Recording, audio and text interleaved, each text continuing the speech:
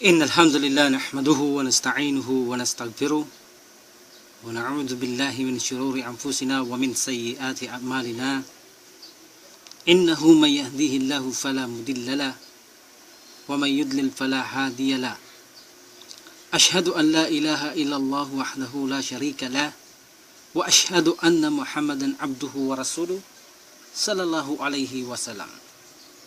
Assalamualaikum warahmatullahi ta'ala barakatuh. So dadako tayo sa pinapaksa nating hinggil sa aklat ng kadalisayan of Book of Purification. Usahan ay dadakuhin natin ang susunod na hadis kung saan bibigyan natin ng kakaunting paliwanag at mga kapakinabangan sa mga hadith na ito. So, sa araw na ito ay mayroon tayong tatlong hadis na ipaliliwanag at ibibigay ang mga benepisyo ng mga ito sapagkat napakahalaga na pagsamasamahin natin ang tatlong hadis na ito upang sa ganun ay higit nating maunawahan ang ating papaksayin sapagkat kung maghihiwalay ang mga ito at pagpapatuloy natin sa ibang araw ang isa, baka sakali hindi natin maintindihan sa paksang ito kung ating itong lalaktawan. Kaya naman mas mainam na pagsamasamahin na natin ito upang hindi magkaroon ng pag-aalinlangan ang bawat isa sa atin at ito ay ganap nating maintindihan. So, dadakaw tayo sa pangalawang hadis sa araw na ito. Nasa chapter pa rin tayo ng tubig kung saan nasa Kitabut Tahara pa rin tayo na Book of Purification. Nakaraan ay napaksa natin na ang dagat ito ay tahur, malinis. Ibig sabihin ay maaari nating ipangudo o ipanggusul ang tubig dagat o anumang tubig alat. So ngayon sa number 2 hadith,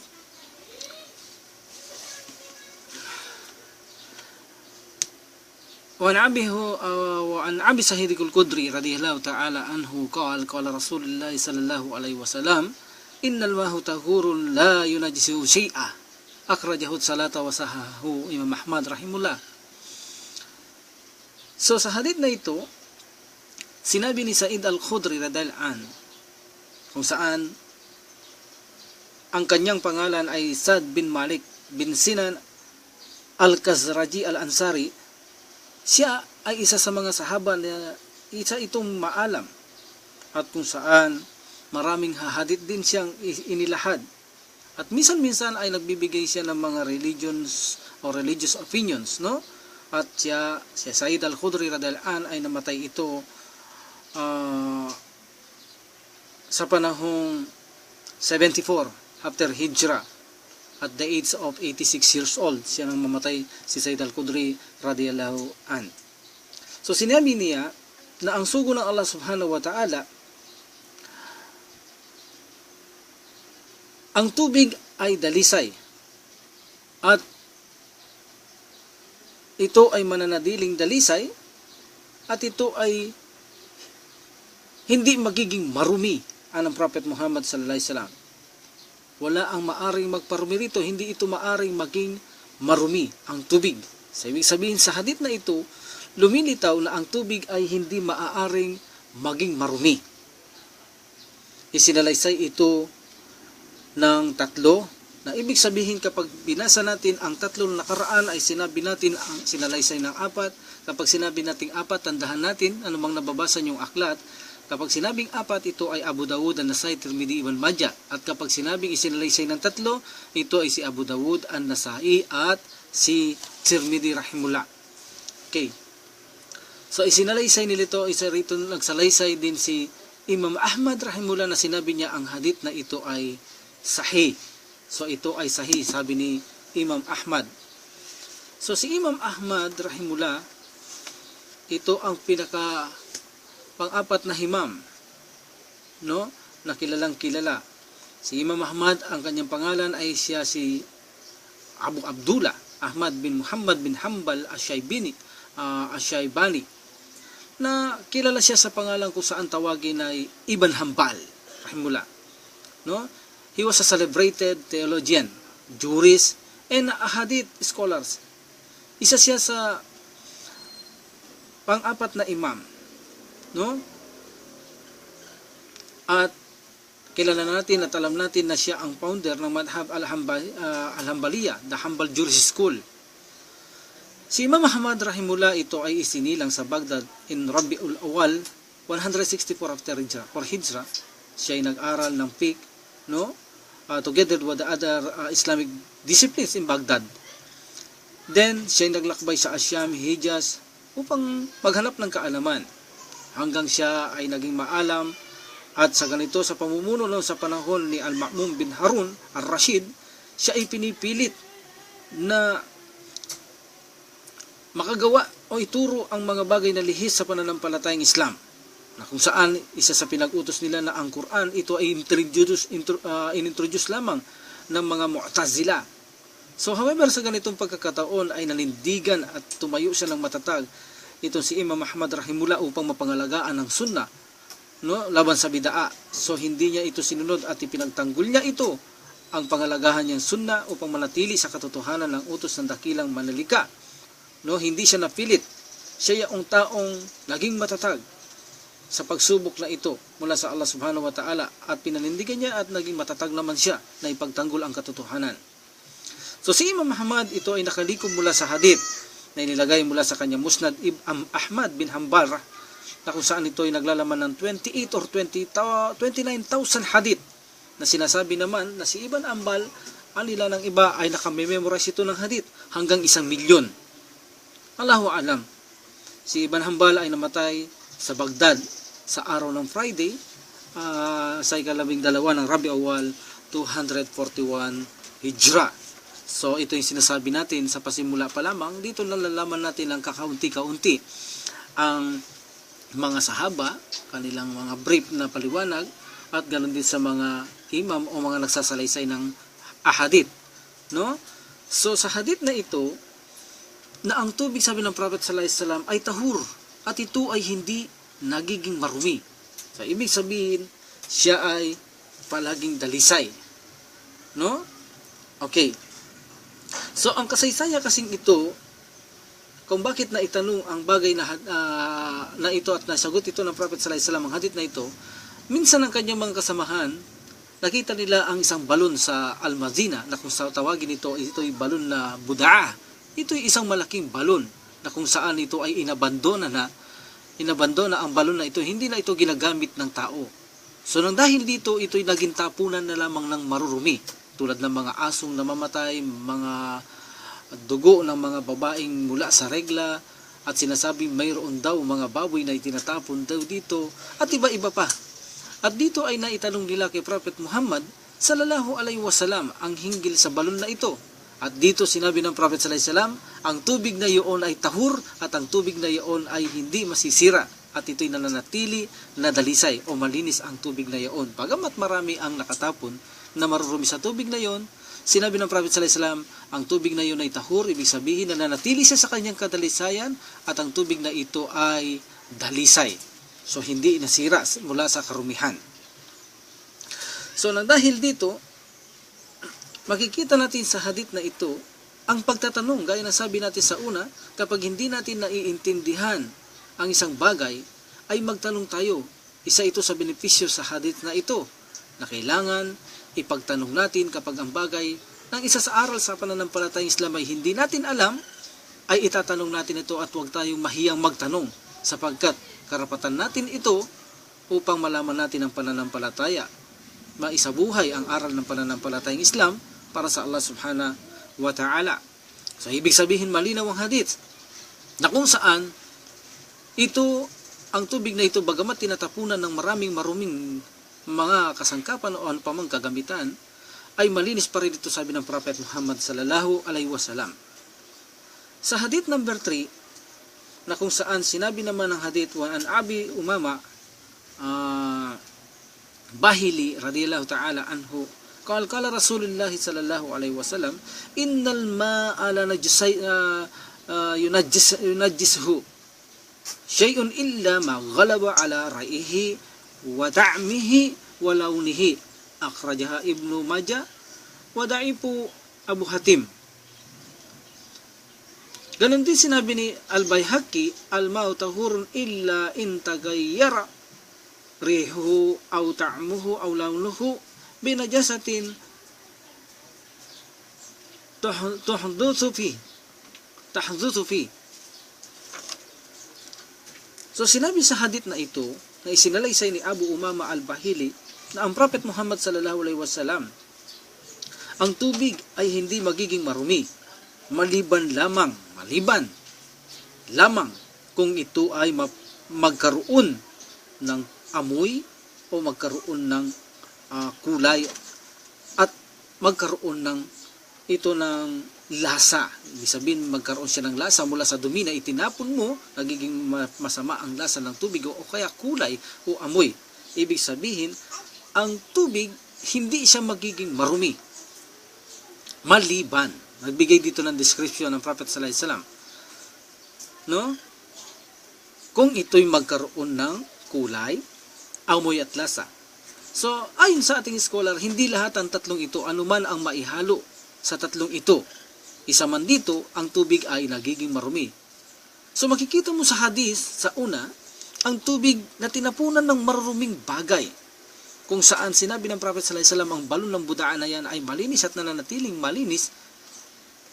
Ang dahilan, hindi kasi nagkaroon ito ng kulay, lasa at amoy. Sapagkat ang budaan na balon na ito na inabandona, ito ay malaki. Ito'y malaki. Ibig sabihin, halimbawa, bibigyan nating halimbawa, ang tubig dagat. See? Ano man ang itapon natin sa tubig na dagat na yan sapagkat sadyang napakalaki. O kaya naman lawa. Itapon natin ang mga 10 aso, 5 aso, at ano pa mang maruruming dumi ng bata, ihi ng bata, mga regla ng mga babae. So hindi niya kayang sirain ang tubig na ito sapagkat ito ay malawak.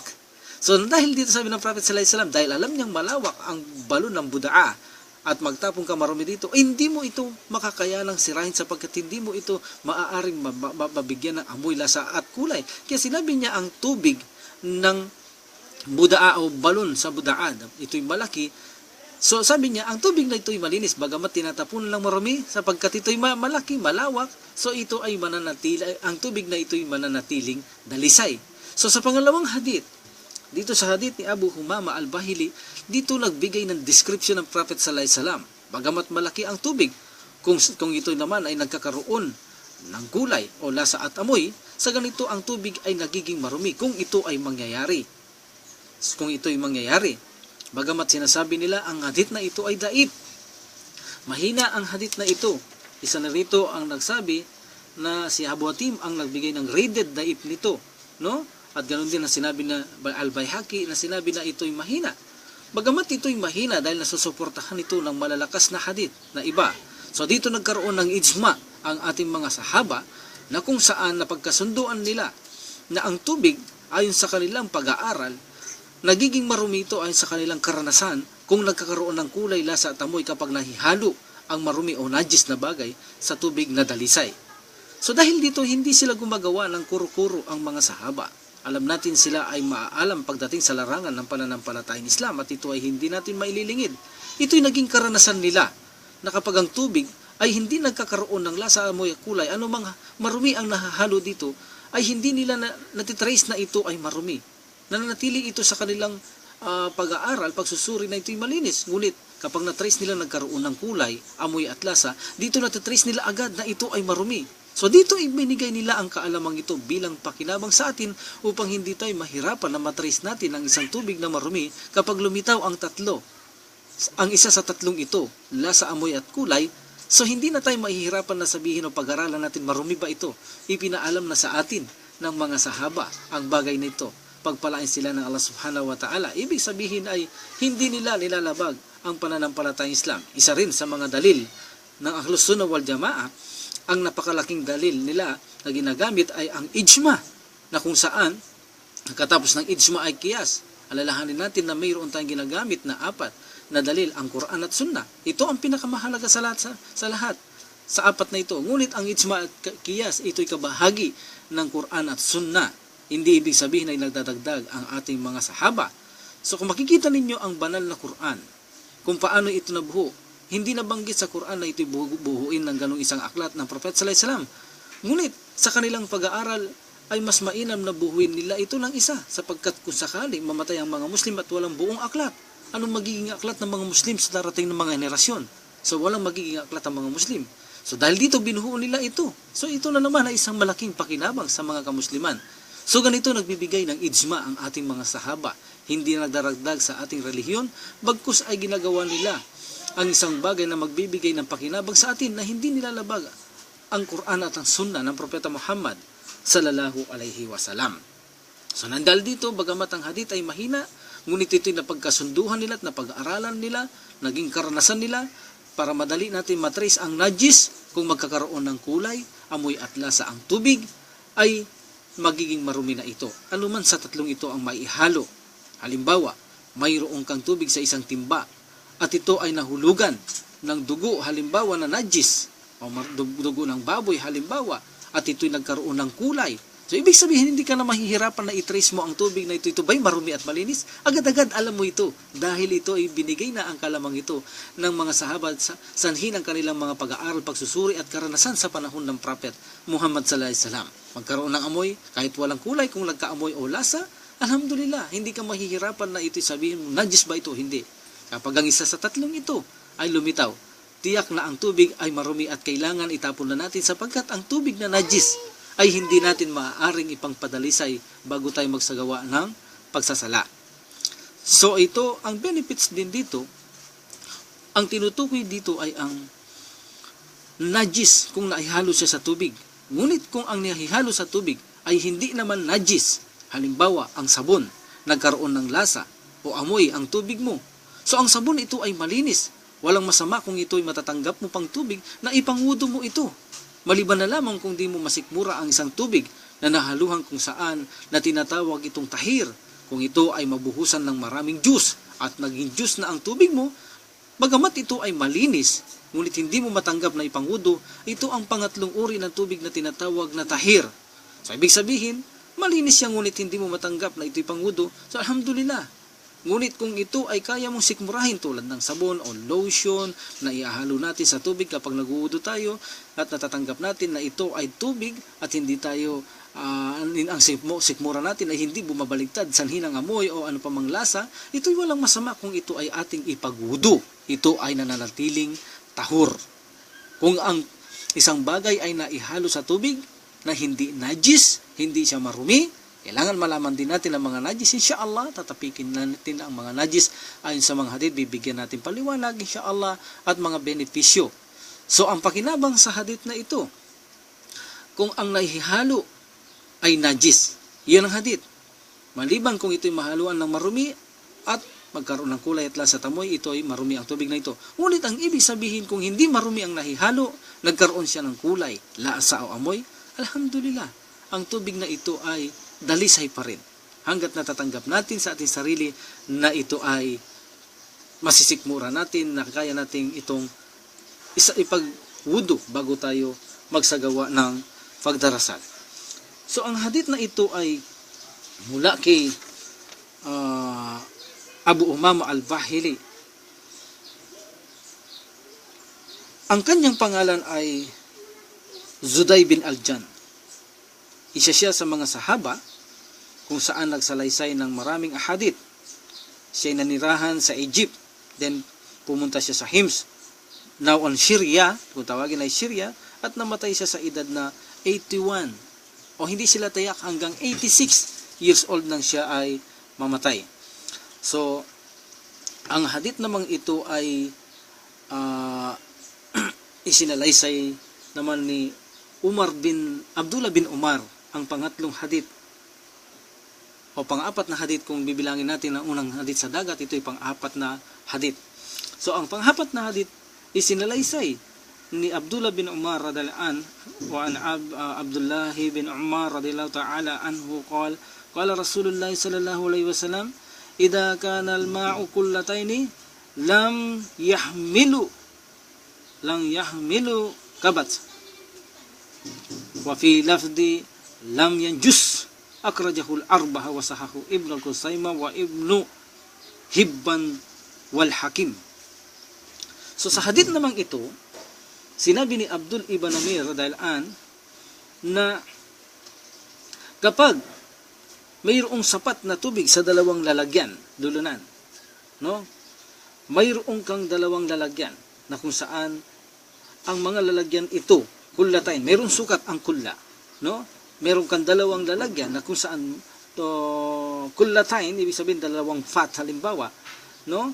So ang tubig na ito ay hindi ito marurumihan. Hindi siya magiging marumi, no? Ito ay mula sa Arba'a. Sinong Arba'a? Ang apat na nagsalaysay, Abu Dawud, An-Nasai, Tirmidhi, Ibn Majah rahimullah. At sinabi din ito na Ibn Qusaymah, Ibn Hatim Al-Hakim, na sinabi nila ito'y otentibong hadith, no? Authentic. Pag sinabing otentibong hadith, ito ay mapagkakatiwalaan. So kung mayroon kang dalawang fat, halimbawa, lalagyan, na kung saan ang sukat nito, ang dalawang lalagyan na ito ay nasa kanyang sukat, ang kulla, ito ay hindi mo mamaaring madumihan, no? So mayroon sukat ang kulla na ito na sinasabi nila.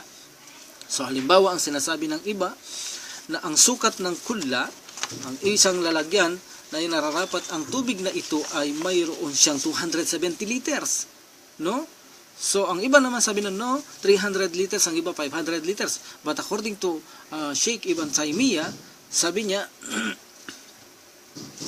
ang kanyang opinion dito ay 270 liters every kulla, no? So, kung mayroon 270 liters, ang dalawang kulla, ang dalawang lalagyan na ito ay hindi magiging marumi kahit ito ay maihihan. Ibig sabihin, marami ang tubig. So, ibig sabihin dito, sumusuporta ang hadith na ito, kapag ang tubig ay marami, ay hindi magiging marumi sapagkat hindi magkakaroon ng lasa, amoy at kulay ang tubig na ito. So, dito sa pangatlong hadith ay binigyan nilang sukat naman. Kung sa pangalawa ay description, sa pangatlo ay sukat upang malaman mo na ang isang pag-ihi ng isang tao sa ganitong tubig na sukat ay hindi mo ito maribigyan ng lasa, amoy at kulay. So, tignan nyo ang pagmamalasakit ng mga sahaba sa atin.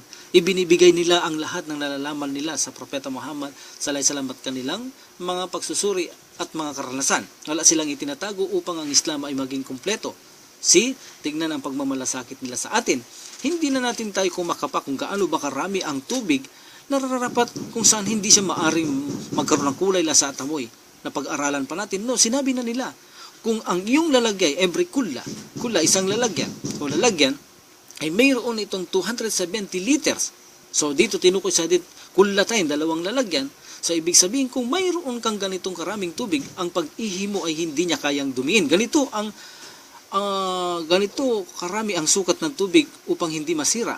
Ngunit mayroon itong hangganan. Kung halimbawa ay mayroon pang humihi na isa, of course, ito dalawa na ang hihihi. So, ibig sabihin, ang tubig ay hindi na magiging sapat. So, kailangan madagdagan uli ng more than kullatayn. So, sa ganito, ang tubig na ito, kapag mayroon pang umihi na isa, hindi na magiging sapat ito. Ay maaari na magkaroon ng lasa at amoy at kulay. Okay. Now, kung ang tubig namang ito ay inihihan ng una at pagkatapos pangalawa, ay nagkaroon ng lasa at amoy, tulad ng halimbawa ng isang ilog, na kung saan iniihihan ng mga tao at nagkaroon lasa at amoy.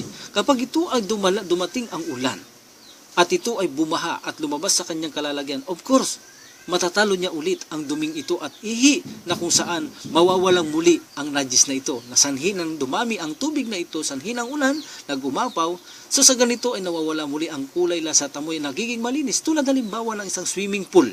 Ang swimming pool ay malaki. Kapag ikaw ay mahihihi ang mga naliligo rito, so let's say sabihin natin, na kapag ang swimming pool na ito ay nabigyan ng ulan at bumaha ito, of course maraming tubig ang darating dito, sa ganito ay kakalat ang tubig na ito at babaha, aakyat sa pool nito, sa sahig, sa semento nito, kakalat ito. So ibig sabihin, bagamat kapag kumati ang tubig at bumalik sa swimming pool, hindi mo masasabing marumi na yan sapagkat ang tubig ay naging more than kullatayn. So sa ganito ay magiging malinis muli, mawawala ang lasa, amoy at kulay, no? Mawawala ang amoy at kulay ng kulay lasa sa tubig na ito sapagkat naging sapat muli ang tubig. Ibig sabihin, lumampas na naman sa sukat ng najis ang tubig kaysa sa dumi na nailagay dito.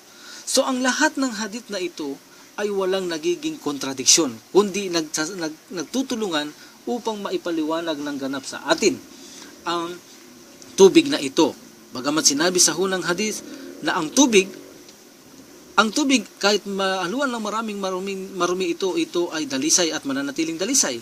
Sa pangalawang hadith, binigyan ito ng description na kung saan mayroon description maliban kung magkaroon ng kulay, lasa o kaya naman amoy. At sa pangatlo ay nilagay ang tamang dami ng sukat ng tubig kumpara sa isang taong magbibigay ng dumi sa tubig na ito. Halimbawa, ihihi ang isang tao na hindi niya kayang sirain, binigyan ng sukat ang tubig. So mayroong sukat kung kailan hindi maaaring sirain ang tubig. So ibig sabihin, kapag more than kullatain ang tubig, marami kaysa sa dumi, hindi niya kayang sirain ito. Hindi niya malalagyan ng lasa, amoy at kulay. Ngunit kung ito'y less than kullatain, makakaasa ka na magkakaroon nito ng lasa, amoy at kulay. So ang nagsalaysay nito si Abdullah bin Umair, na kung saan siya ay isang tanyag na sahaba at kilalang kilala na sumusunod sa sunan ng Prophet Muhammad sallallahu alaihi wasallam. Halos yata ginawa ng Prophet sallallahu alaihi wasallam ay ginagawa ng sahabang ito radhiyallahu an. Siya ay naging Muslim sa Makkah pa. Sa maagang pagkabata pa niya ay naging Muslim na siya. Siya ay anak ni Umar bin Al-Khattab na pangalawang khalifa radhiyallahu an. So siya ay kasama na naglakbay sa Madina, no? Siya ay kasama sa naglakbay sa Madina. Siya ay nakipag-participate, nakisama sa pakikipagdigmaan, no? Diyan sa Kandak. At siya namatay sa 73 after Hijrah at inilibing siya sa Zituwa. No? Okay. So, siya si Abdullah ibn Umair. So, ang nag-narrates naman sa hadith na ito, ayon kay Ibn Khuzaimah, Ibn Hakim, at Ibn Hibban, ito ay sahih ang hadith na ito. So, unahin natin kung sino si Ibn Khuzaimah. Si Ibn Khuzaimah, Muhammad bin Ishaq. Ibn Khuzaimah, Muhammad bin Ishaq, isinilang ito ng 223 Hijrah in Nisapur. No? Siya ay kinikonsiderang Sheikhul of Islam. Ibig sabihin, the most learned o alim of Islam. At siya ay tanyag na hafiz. Siya ay isang imam at hafiz ng Khurasan sa panahon noon. No? Siya ay nag-author ng mga aklat kung saan higit kumulang 140 books. At si Ibn Khuzaimah ay namatay sa Nisapur in 311 after Hijrah ng Prophet Muhammad sallallahu alaihi wasallam. So, sa benepisyo sa hadith na ito, una, sa tatlong hadith na ito, ang tubig sa Budaa ay nanatiling dalisay. Ang tubig na iyon, bagamat tinatapunan ng maraming dumi, ay tahur pa rin. Ibig sabihin na nanatili siya sa kanyang kadalisayan kahit natatapunan siya ng marami. Ang dahilan kasi ay malawak ang tubig na ito. More than kullatain. Ibig sabihin, kapag ang tubig ay more than kullatain, hindi kayang sirain ng anumang dumi ang darating dito tulad ng dagat. Anumang itapon mong marumi rito, hindi mo kailanman makakayanang sirain bigyang amoy ang karagatan o lasa at kulay ang dagat na ito. Ibig sabihin siya ay more than kullatain o kaya naman ilog o lawa. No? Okay. So sa hadith na ito, ang tinutukoy dito ay ang Budaa. Siya ay tahur sapagkat hindi nagkaroon ng lasa at amoy at kulay sapagkat ipinakita sa pangalawang hadith, maliban kung ang tubig ay magkaroon ng lasa at kulay amoy, ibig sabihin ay marumi ito. Ibig sabihin ito ay sa number 3 hadith, less than kullatain. Ibig sabihin, mas nadaig ng marumi ang tubig sapagkat hindi sapat ang kanyang dami. See? So, another benefit sa hadith na ito, makikita natin na kapag hindi natin alam ang isang bagay, itatanong natin. Number 3, benefits. Kapag ang tubig ay hindi nagkaroon ng lasa at amoy o kulay, ang tubig ay hindi nagiging malinis kapag nahulog ang najis dito. Ngunit, kung ang nahulog ay hindi naman najis, kahit magkaroon ng kulay at amoy at lasa, ay der na tahur. Kung ito'y matatanggap nating tubig, para sa atin na sisikmura natin, ito ay tahur. Ngunit kung hindi natin masikmura ang tubig, ngunit ito ay malinis, ay hindi naman natin masikmura ang ipagwudu, ito ang tinatawag nilang tahir. Okay. Another benefit sa hadith na ito,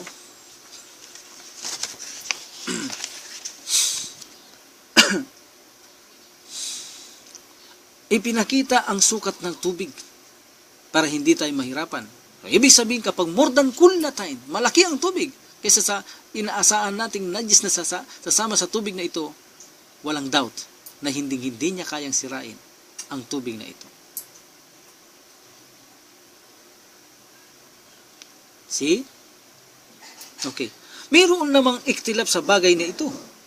Anila, kapag ang tubig ay less than kullatain. See? Kapag less than kullatain ang tubig, kahit na walang lasa, amoy at kulay ang tubig na ito dahil less than kullatain, wala siya sa sukat sa sinabi natin.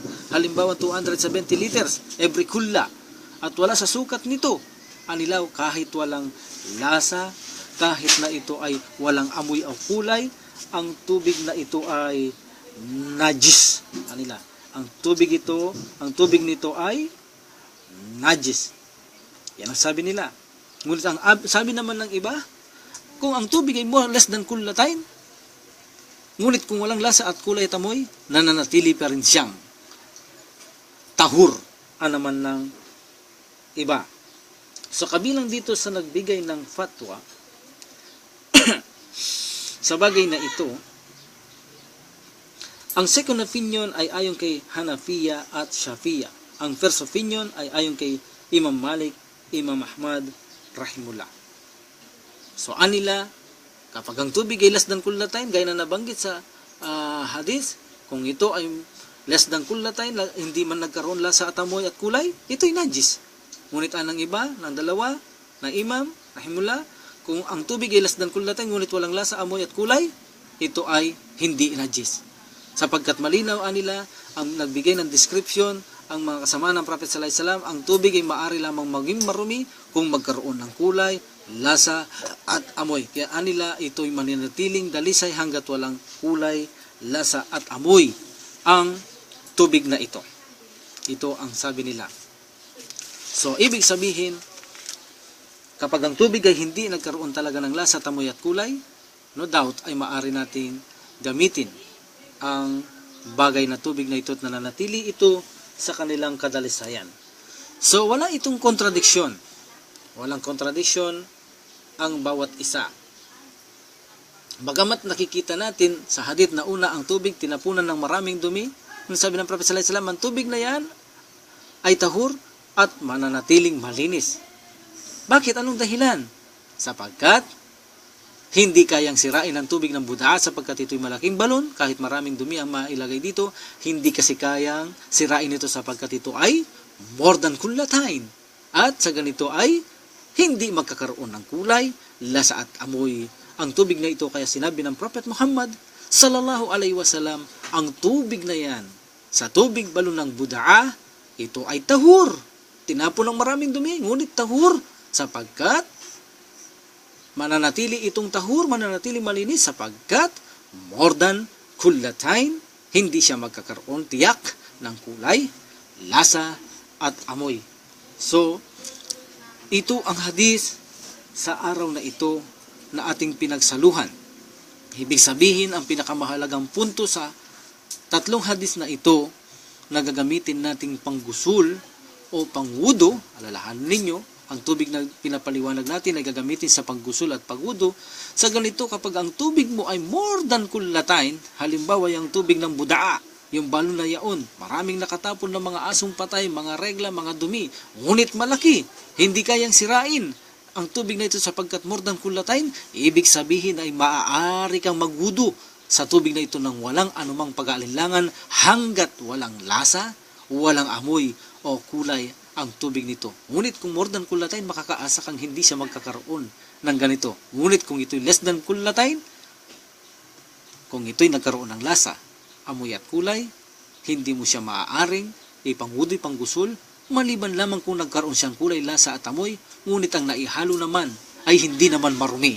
Ito ay malinis pa rin na tubig na kaya pa rin nating ipanggusul, ipangwudo, gaya ng ginamit sa anak ni Prophet sallallahu alaihi wasallam na kung saan binibigyan ng kamphor, alo sa tubig, ibubuhos sa isang taong patay na Muslim upang gamitin itong panggusol. Alalahanin ninyo, ang kamphor ay mayroong lasa, may amoy ito sa tubig, ngunit pinanglinis sa patay. Ang paglinis sa patay, paglinis din sa buhay. Walang pinagkaiba. Ibig sabihin, kung naihahalo sa tubig ay hindi marumi, mayroong ang amoy at lasa, wala itong masama. Hanggat natatanggap natin, nasisikmura natin na ito ay nasa anyong tubig pa rin.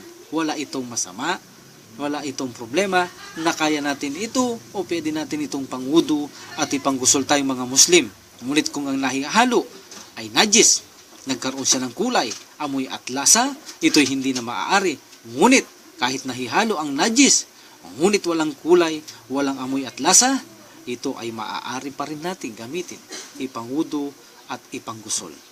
So inshallah, subaybayan ninyo ang susunod pang mga hadis na ating ipaliliwanag hinggil sa aklat ng kadalisayan. Ibig sabihin, panaliliwanag natin ang tubig na maaari nating gamitin na ipangwudu, ipanggusol. Inshallah, darating kung ano yung mga najis para maiwasan natin ang malaman natin ang mga najis na maaaring maihalo sa tubig. Kapag naihalo ito, tingnan natin kung nagkaroon ng kulay at lasa at amoy. Sa ganito ay kapag nagkaroon katisa rito, hindi na maaari ang tubig na ito. Ngunit kung ang najis na ito, kilala natin, alam natin ang mga najis, marurumi, nahihalo, ngunit walang kulay, lasa at amoy, alhamdulillah. Ngunit pakaalalahanan natin, kapag ang tubig ay more than kulatayn na, gaano man karaming marumi ang may halo, hindi kayang sirain ang tubig na ito, tulad na halimbawa ng mga lawa, mga ilog na malalaki, o kaya naman ang dagat, makakaasa ka forever na hindi kayang sirain ng anumang dumi ang mga tubig na ito sapag sobrang laki ang mga tubig na ito. More than kulatayn, kahit maraming ihalong marumi ay hindi. Ngunit kung tubig ay magkaroon ng lasa, amoy at kulay, ito ay iwasan natin. Halimbawa, mayroon malaking tubig, umihi ang isang tao, doon sa lugar na yon mismo on the spot magkakaroon doon ng lasa at amoy at kulay, sapagkat hindi naman agad mamamatay yon. So wag ka doon kukuha, sapagkat mayroon doon lasa, amoy at kulay. Ayahan mo mamatay. Sa loob lamang ng ilang minuto ay mamamatay ang dumi na yan, sapagkat malawak ang tubig.